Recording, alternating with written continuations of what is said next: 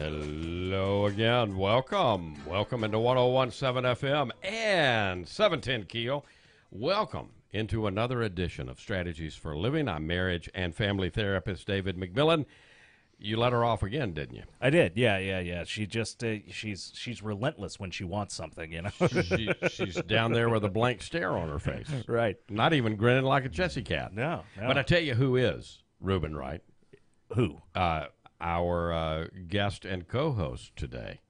He is he's doing double duty, and and I'm just happy he's here. He is my friend, social worker Gary Tiemann. Excellent. I'm so happy to be here too. Thank you again. Oh, absolutely. So you always bring great things to talk about, and of course, in your past time in the life strategist chair here. Yes. You always are provocative, talking about your book, Miraculous Psychotherapy, which, of course, is psychotherapy done with a bent towards A Course in Miracles. Yes. Yeah. And this evening, we're going to take, both of us have, some special admiration for both A Course in Miracles and the 12 Steps Yes. of AA. Yes. And so we're going to, you're bringing to the table today, we're going to kind of meld those together. You know, and I look forward to the day when I think you appropriately use the word provoke, but at the same time, I look forward to the day when in our business we can integrate rational thinking and evidence of spirituality into our work as psychotherapists. Oh, yeah. We got a ways to go with that one. We do have a ways to go, but you're in a good place. I was speaking earlier today about the late great M. Scott Peck. Oh, yeah. Author of The Road Less Traveled, and his foray into melding psychology and spirituality. He gave us a big step, a big leap in that regard. He really did. So we're talking today about A Course in Miracles and the 12 Steps, and we're doing it right here on Strategies for Living. Folks, thank you for tuning in. We are presented by KEEL, the Council on Alcoholism and Drug Abuse of Northwest Louisiana. Been helping families and individuals for 60 years now, and you know, you don't have to leave home anymore to get treatment. Right here. You don't have to leave town. Check out KEEL. We're also brought to you by Jerry Anderson State Farm Insurance, by Learning RX, by Highland Place Rehab and Nursing Center, by Jacob's Well, Inspirational Books and Gifts, and by Resilient House.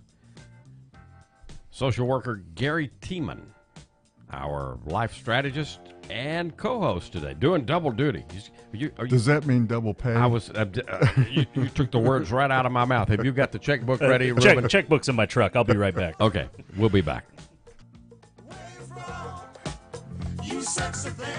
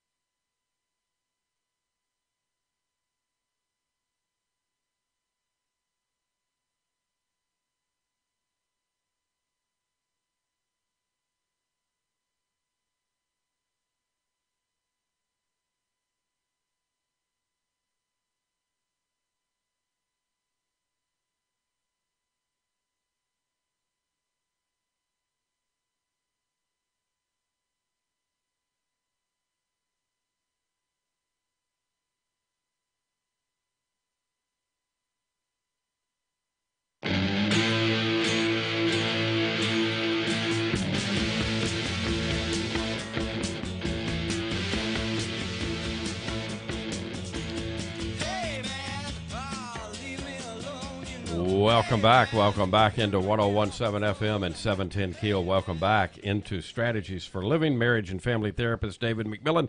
Please welcome to the program now Gary Tiemann, who received his Master of Social Work from LSU 1987. Started his social work career as an intern on the mental health team at Louisiana State Penitentiary at Angola. He went on to practice at various mental health hospitals and agencies as a case manager, staff therapist, program administrator, and clinical director. He has a private practice, a private psychotherapy practice in Shreveport.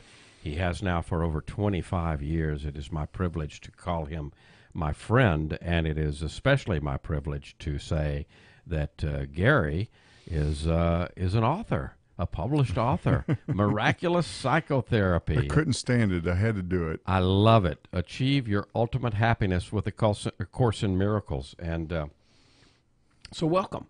Thank you. And even though we're divulging our age as we're talking about some of our history here and how far back we go, thank you. It's always a thrill to be here and talk about the things we talk about. I'm just glad they let you out.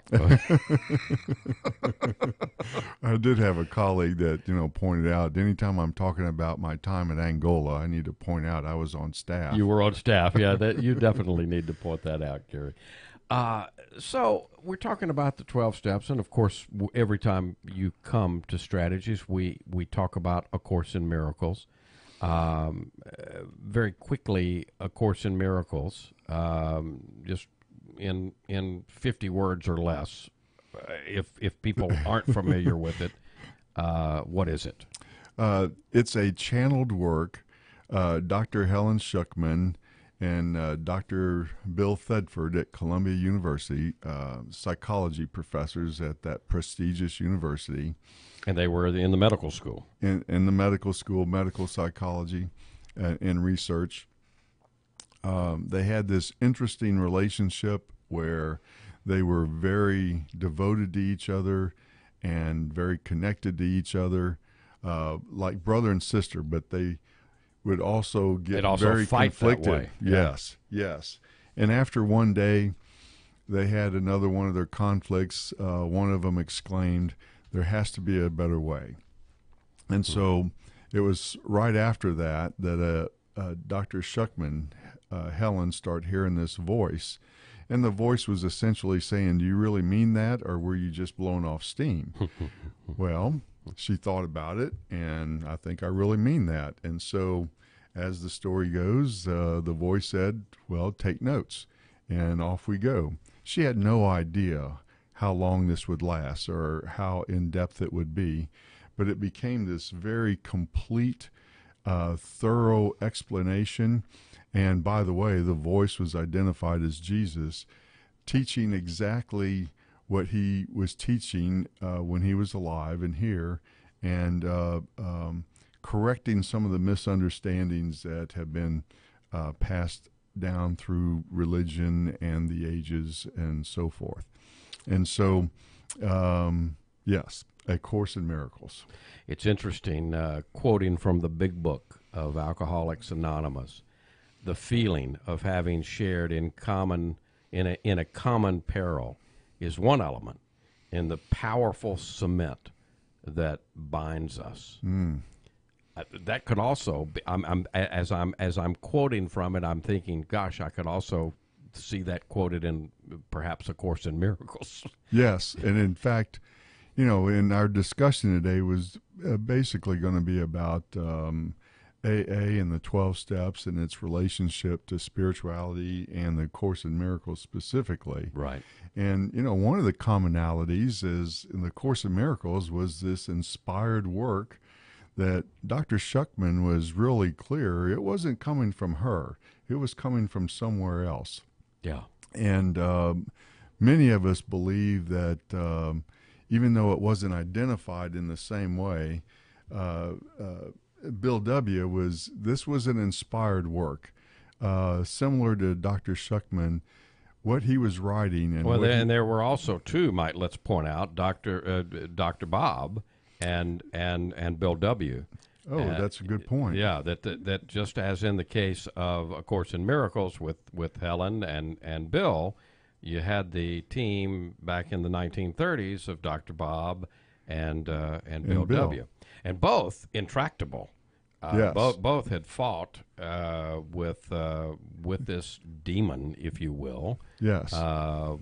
quote unquote, And strong personalities all the way around. and very, very strong person. Yeah, good point. Yeah. Good point. As in Helen and Bill. Yes. Yeah. Yes.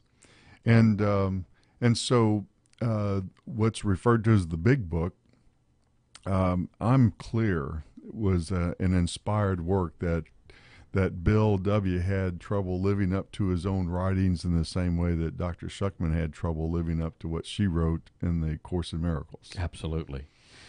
Did I ever tell you the story, my story, and it relates to this radio station, of my very first big book? Did I ever tell you that story? I'm not recalling that. So I'm a young man. I went to work for KEEL as an account executive, 1976. Okay, you're telling them how old we are. And I mean, I'm 20 years old. I'm barely 20 years old when I came to work at this radio station. And most excited. You grow up listening.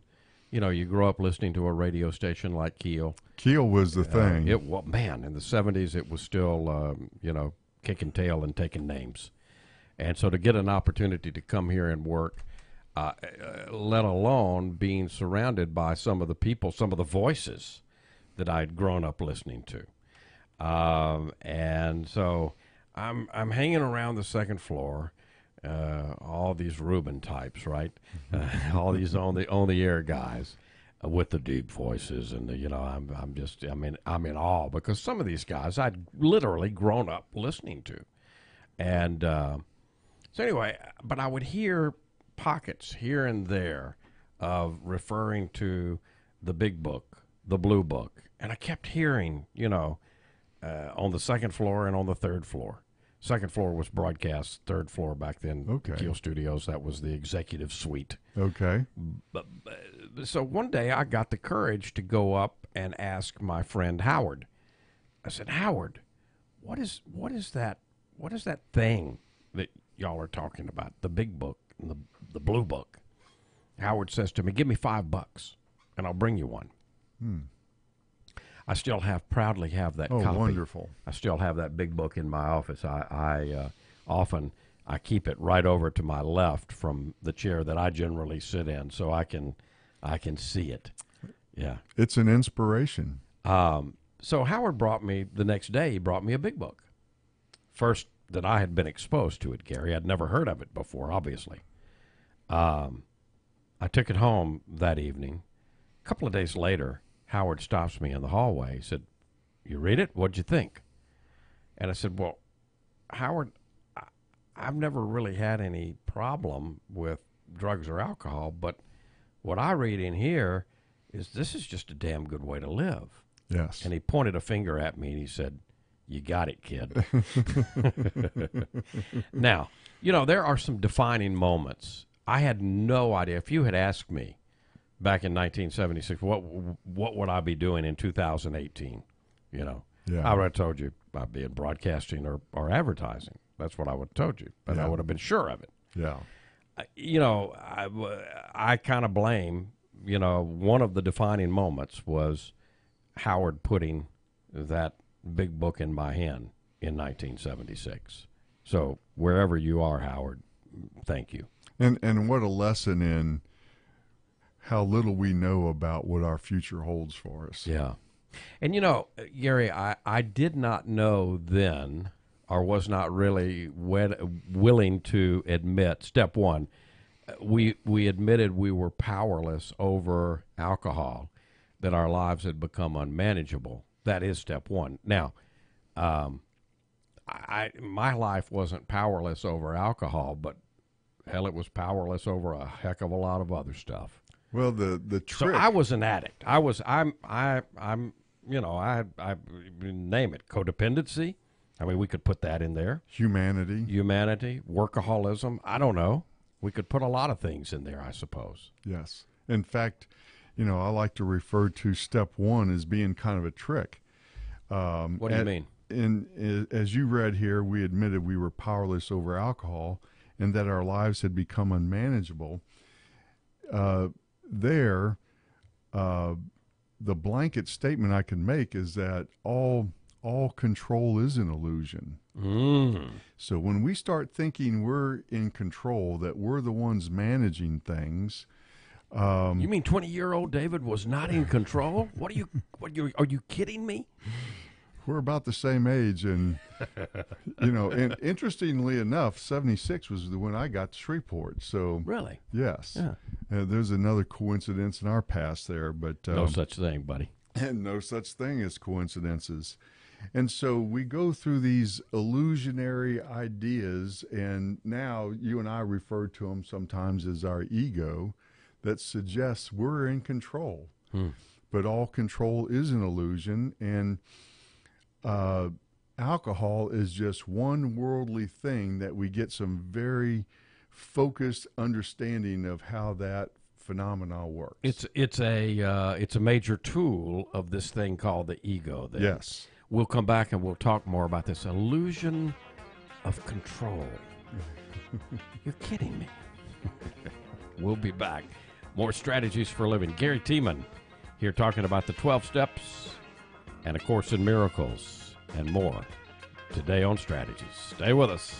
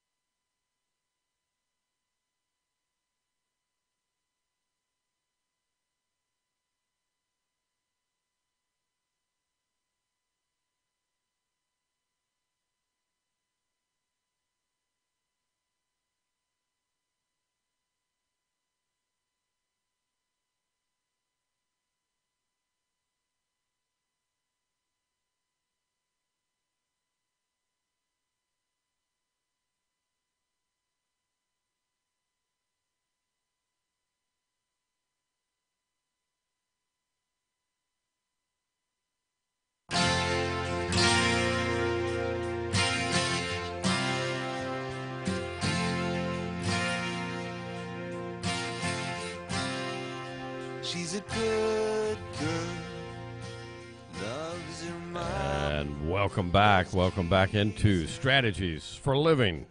I'm marriage and family therapist David McMillan here on 101.7 FM and 710 KEEL, along with social worker Gary Tiemann, the author of Miraculous Psychotherapy, and you can find his book available at Amazon.com. You can also join him at GaryTiemann.com. We'll tell you more about that as the program goes on. This evening, we're talking about the 12 steps of AA.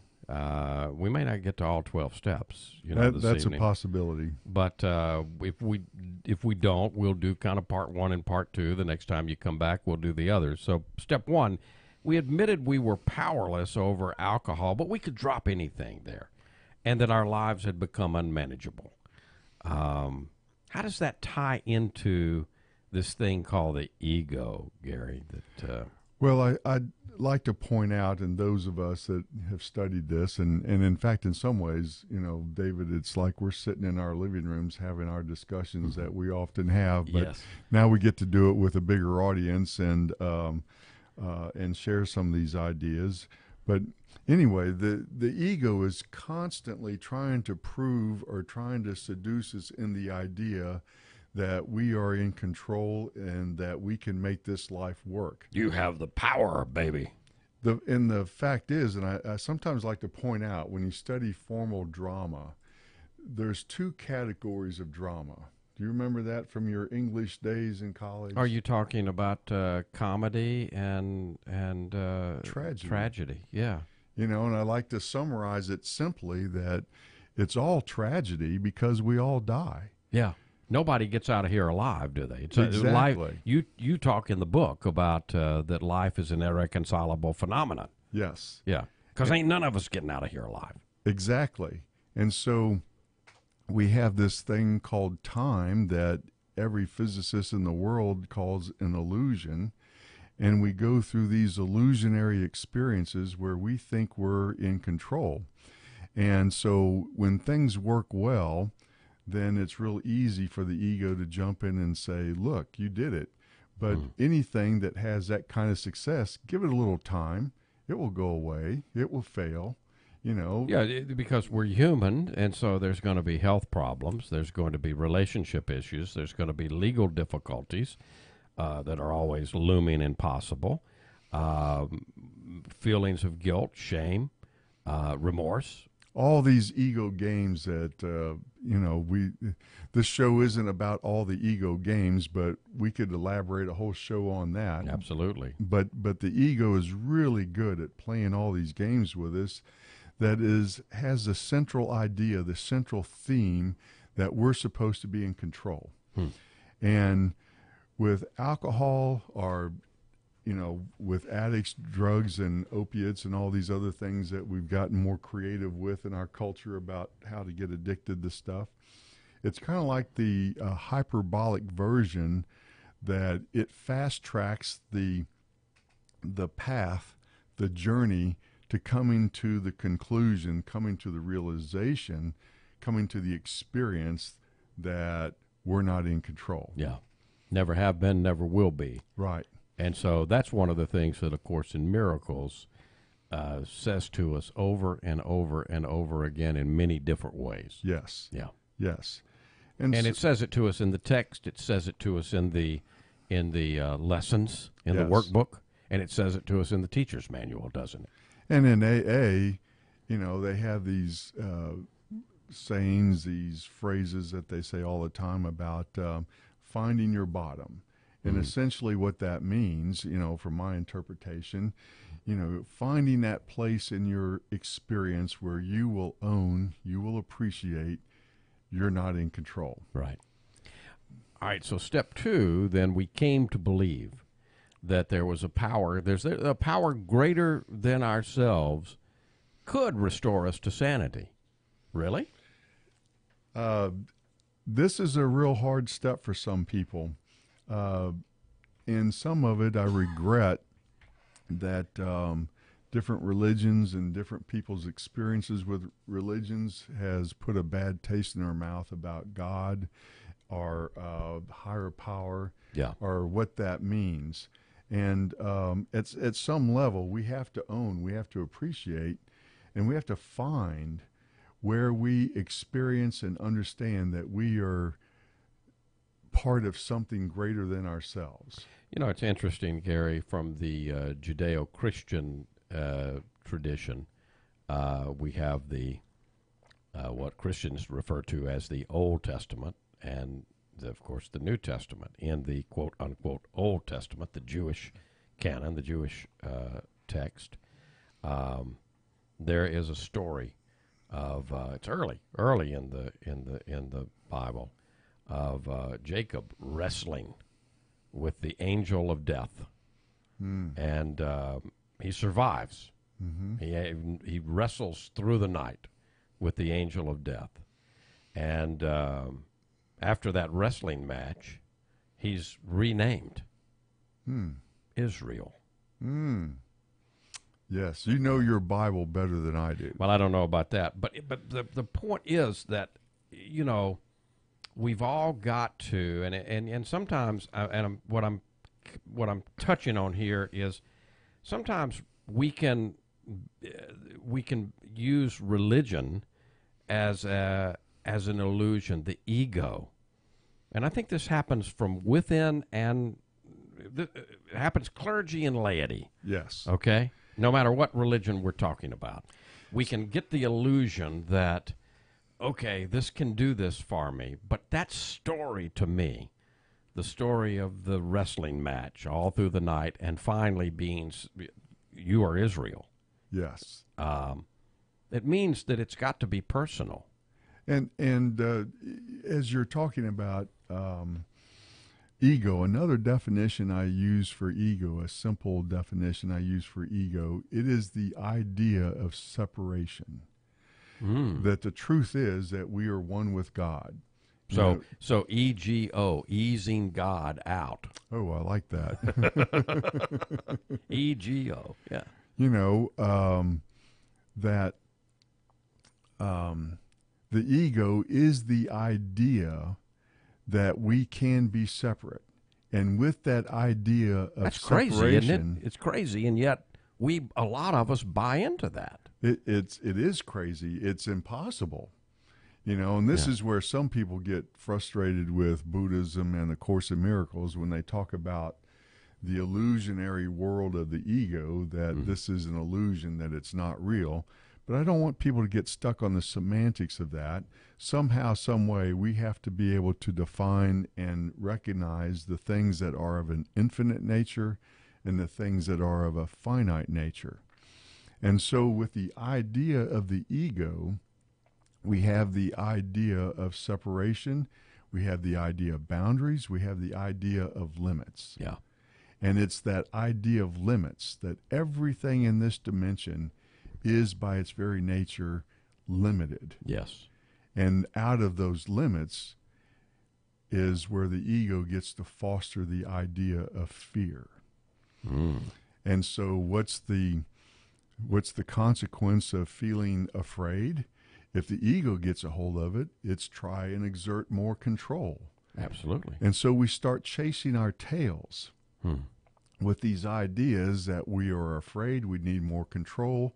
We use the ego mechanisms to get more control, and we end up more afraid. And so we chase harder and more. Until we find our bottom. So step 2 then at least gives us just a touch of hope. Yes. That there is sanity out there. And it helps that it's based in fact. In that sometimes with clients and myself personally, I have a easier time of getting a sense of my connection to something bigger than myself just watching the sunset. Just gazing at the stars at night. Or, you know, being next to a river.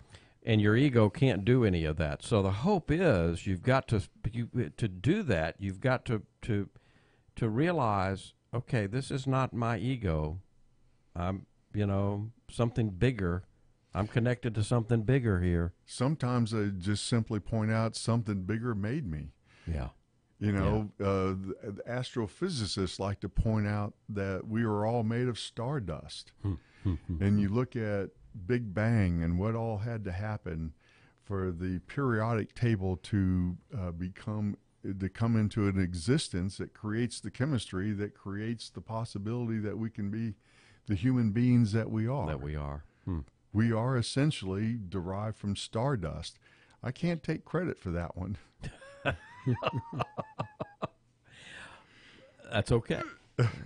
Step My, 3. my ego would like to. Yeah, of course, of course. Step 3, we make a decision. Yes. So step 3 is I'm making a decision. It's the power of making a choice, the power of making a decision. Made a decision to turn our will and our lives over to the care of God as we understand God. Yes. And to go a little further into the idea of God and the love of God, love requires free will. And so that's why we have to make the decision. It has to be of our own free will Yeah. that we choose to seek. Yeah. And that old idea, seek and ye shall find. Knock and you'll have it open to you. Yes. Yeah. But you got to do your seeking. All right. Now, for some people who are not religious, who are non-religious, that this third step, let's be honest, it can be problematic, can it? Oh, I run into this all the time. That The God as we understand Him, but it's important.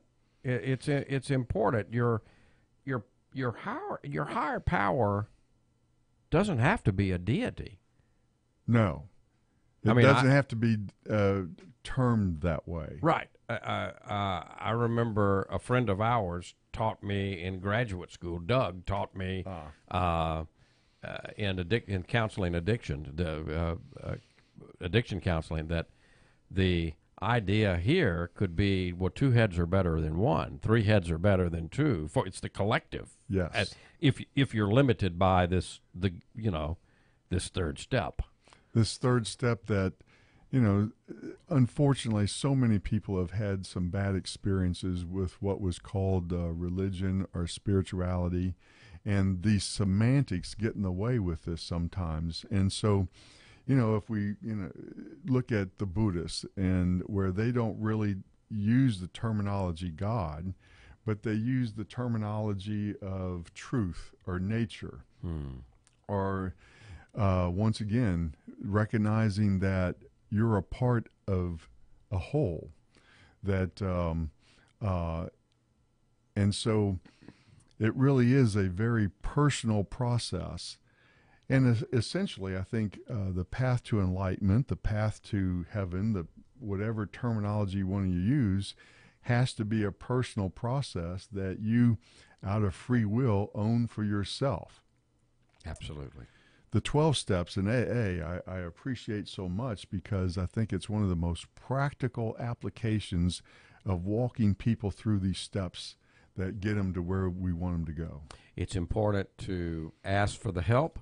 It's important to practice accepting the help, too. Yes. Maybe we can... It all rests in free will. Can't make them. That's exactly right. Maybe we'll link back there when we come back. Okay. Strategies for Living. Gary Tiemann, our life strategist today and co-host extraordinaire, as we talk about the 12 steps and A Course in Miracles and more. Your own strategies. We'll be back.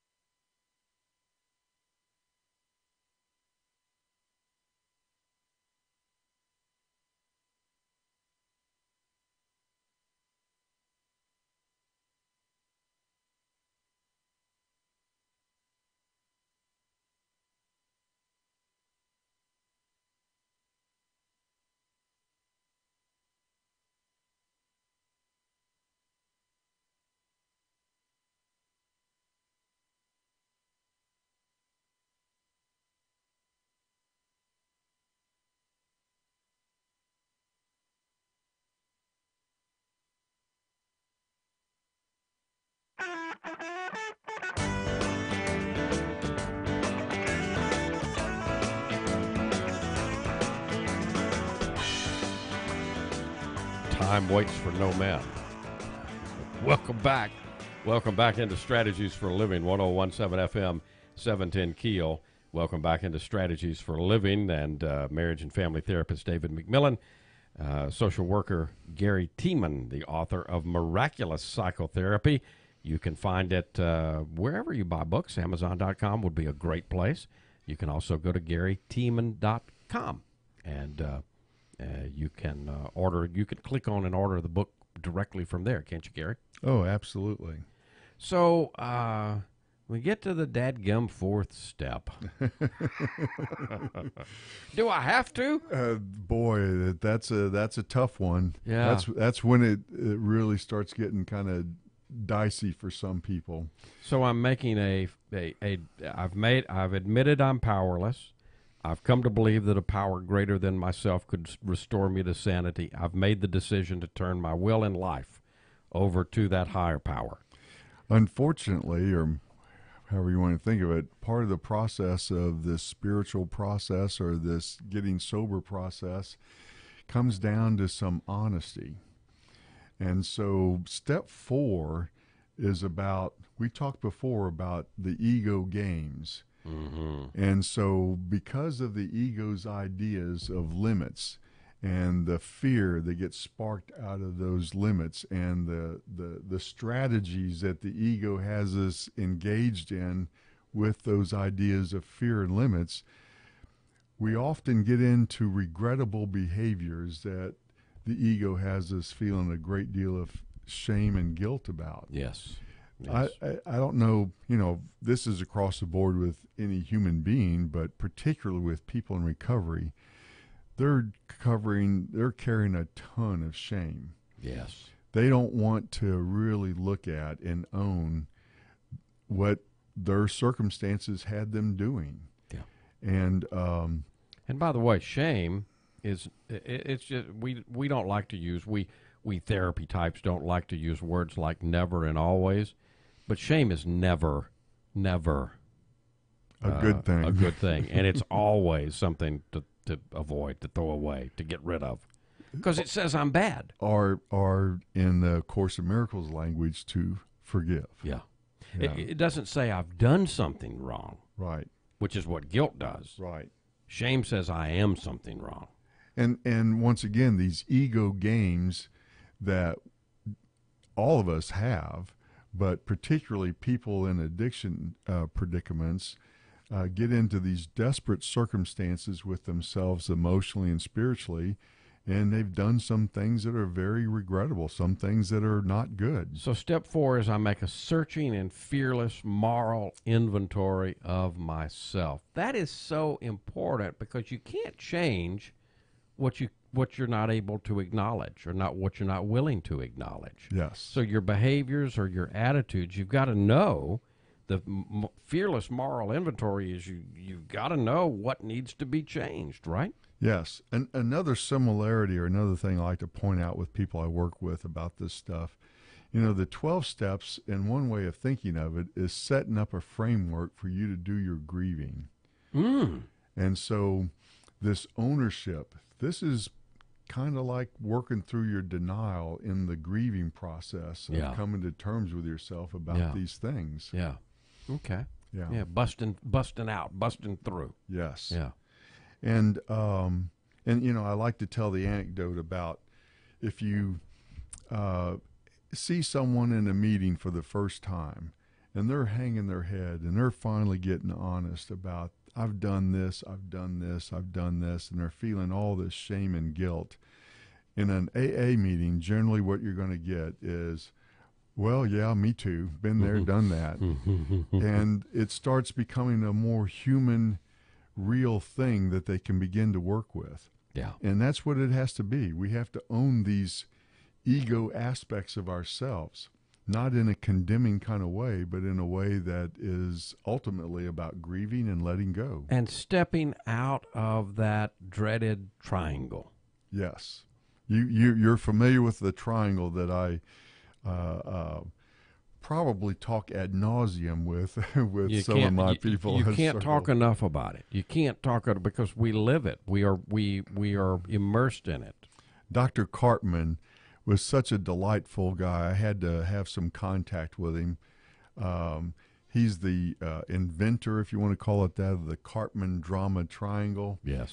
And I mistakenly thought, since I learned this so many years ago, that he had to be dead. But He's not. He's not. He's still kicking and still practicing. Wow. And when I was using it in my book, I had to have some contact with him. It was a copyrighted thing, and he graciously so you had to get permission. He graciously gave me permission about it. That's wonderful. That's wonderful. Okay, the fifth step is we've done this searching, moral, fearless inventory. Now we've got to admit. We admitted to God, to ourselves, and to another human being the exact nature of our wrongs. Bless me, Father, I've sinned.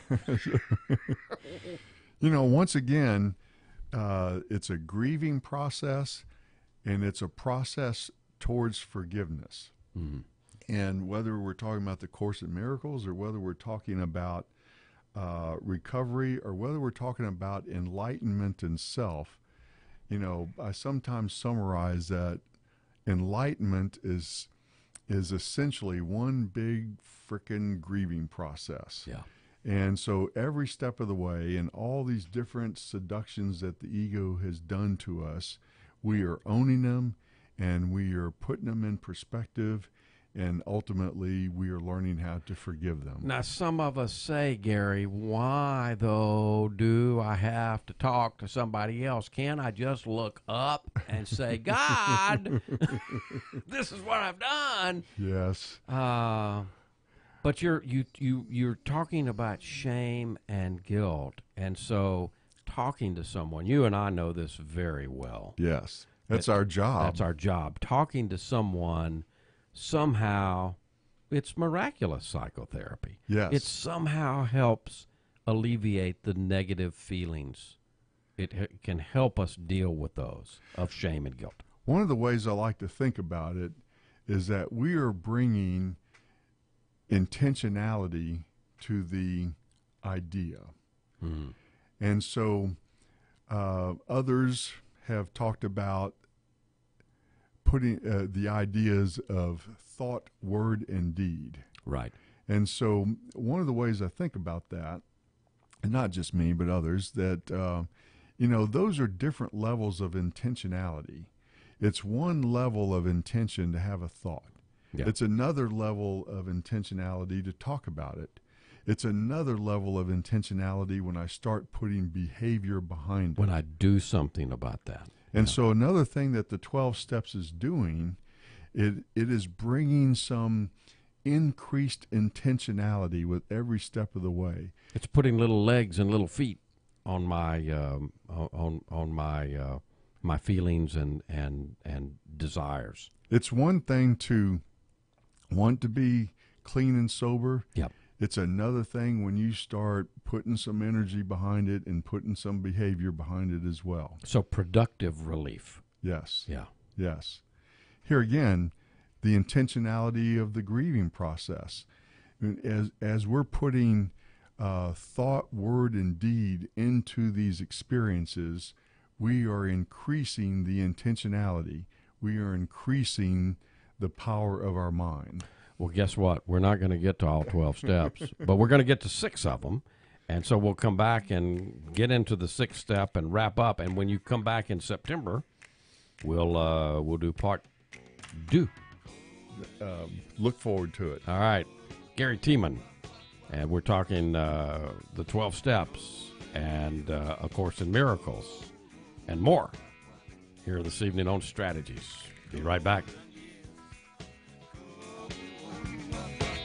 Don't let me hear you say life's taking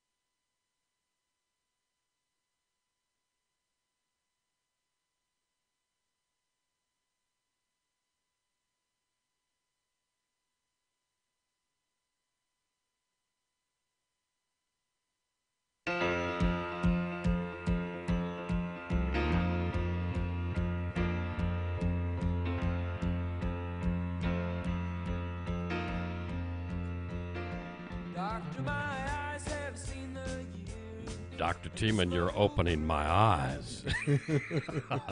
Welcome back. Welcome back into Strategies for a Living. I'm marriage and family therapist David McMillan and social worker Gary Tiemann, the author of Miraculous Psychotherapy, Psychotherapies, with us today, talking about A Course in Miracles, as well as the 12 steps of Alcoholics Anonymous. We won't get to all 12 steps, but you'll be back on the 25th of September. Looking forward to do part 2. Good Lord willing, and the creek don't rise. Okay, so, but we can finish up a half dozen. I think getting to step 6 is more than I thought we would tonight, actually. So in step 6, we're ready. This is a we've done some hard work so far, and now we're ready. So we're entirely ready to have God remove all of these defects of character. This again, they're all challenging, but this is one of the more difficult steps, Gary, because it's a culmination of everything of the other 5 that have come before, and it's where you got to let go, huh? And in fact, I'm so impressed with how careful and specific they were with the syntax and the language. You notice how in subtle ways they're always kind of given the idea, you're not going to do this. Yeah. This is something that you have to surrender to. Yeah. In every AA meeting. It's, again, back to the ego and what the ego would tell us. If you try to control this a little bit more, you can do it. Right, right. But this is saying, no, you can't. Right. The ego, step down. It is. It's another actualization of the intentionality that I'm not in charge. I surrender. It's in every AA meeting you will hear over and over again, let go, let God. And that's probably the best summary of how to live life that I'm familiar with. This step is dealing with these behaviors and attitudes that you need to let go of. Maybe they've been ways that you have coped for years of your life. Maybe they've been all that you've known. But this is also an opportunity to relearn a whole new way of interacting with the world. Some people kind of get uncomfortable with that word defect and owning a defect. And here again, using Course in Miracles language, we can be talking about that's just another word for ego. Yeah. Our ego is our defect. Yeah. And all the individual creative ways we make these defects as a product of our ego. This step is not about perfection. It's about getting better. It's progress, not perfection. There you go. Gary Tiemann, thank you so much. This is so fun. Thank you, David. Always a pleasure. I can't wait for part 2. A little over a month from now, September the 25th, you'll be back. We'll do steps 7 through 12. Excited about the opportunity. Until then, folks, GaryTiemann.com. Pick up a copy of Miraculous Psychotherapy. You're going to love it. Folks, thank you for tuning in to Strategies for Living this evening.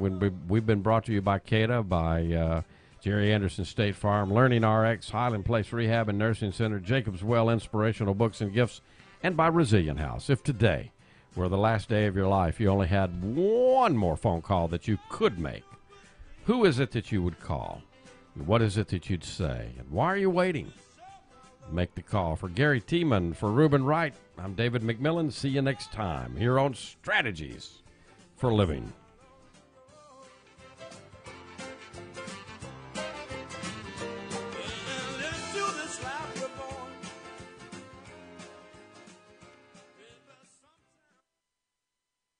Talk. This is 101.7 FM and 710 KEEL. KEEL, Shreveport.